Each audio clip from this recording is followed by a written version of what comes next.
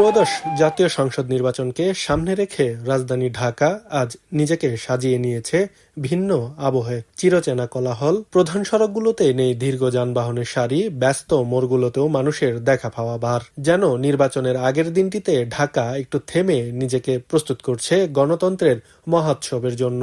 এই ফাঁকা শহরে ভিন্ন অভিজ্ঞতা উপভোগ করতে জিয়া উদ্যানে ভিড় করছেন অনেকেই। কেউ বন্ধু বান্ধবের সঙ্গে, কেউ পরিবার পরিজন নিয়ে উপভোগ করছেন। ঢাকার ভোটার যারা বাড়িতে যেতে পারি নাই, তারা আজকে ঈদের মতো আনন্দ করছি যে ঢাকাটা কেমন উপভোগ করতে পারতেছি ঢাকাটাকে। আজকে সত্যি আমরা বের হয়েছি কিন্তু ঢাকাটা ফাঁকা থাকার কারণে, এবং গতকালকে থেকে ছুটিটা শুরু হয়েছে আগামী শনিবার পর্যন্ত 5টা দিন ছুটি।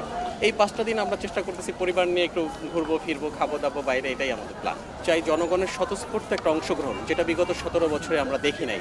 আবার কেউ কেউ বলছেন ঈদের থেকেও ফাঁকা আজকের এই ঢাকা। আমরা জিয়া উদ্যান আসছি, ঈদের থেকেও বেশি ফাঁকা লাগতেছে। ঈদে তো তাও থাকে, তবে নির্বাচনের যে আলাদা আমেজ তা ব্যক্ত করে বলেন, আমাদের প্ল্যানটাই ছিল আর এখানে আসার, তো আমরা আসলাম, তো সবাই দেখাশোনা দেখলাম, ভালো লাগলো অনেক। সব ফাঁকা ঢাকা এনজয় করার তো আর কোনো অপশন আমাদের কাছে নাই।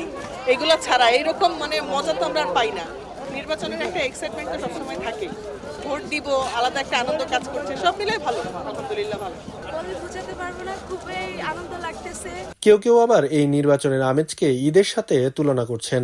একটা ঈদের মতো মানুষের যে আনন্দ করে অনেকে বাড়িতে চলে গেছে, ঢাকার একটা প্রাণ ফিরে পাওয়ার, যানজট, মানুষের কোলাহল, ফ্যাক্টরির ধোঁয়া, ফাঁকা হওয়াতে মনে হয় যে ঢাকা একটা নিঃশ্বাস ফেলতেছে।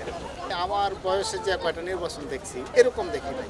সব মিলিয়ে ফাঁকা ঢাকা যেন এক অদৃশ্য সুরে বাঁধা, নীরব কিন্তু প্রত্যাশায় টইটম্বুর। গণতন্ত্রের এই মহাক্ষণে নাগরিকদের মনে যেমন দায়িত্ববোধ, তেমনি উৎসবের আবহ।